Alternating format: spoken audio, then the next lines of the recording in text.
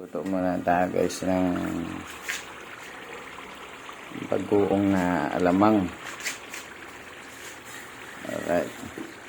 So, ito ang, kung alam nyo yung bagoong alamang na ginisa ng Barrio Fiesta, Golden Hands na masarap.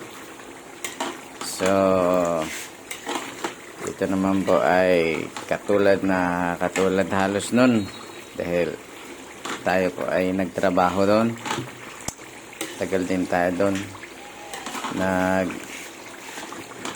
simula nung pumasok na ako 2000 tayo umalis doon sa mga kadahilaran magagandang bagay. Ito po ay mas pinasarap lang po natin. Mas pinasarap. Patitikimin natin ang mga gustong bumili. At ang mga kaibigan natin na pwede din namang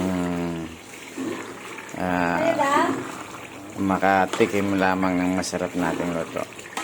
Lamang po at magandang umaga sa inyong lahat. Congrats sa lahat ng mga nanalo.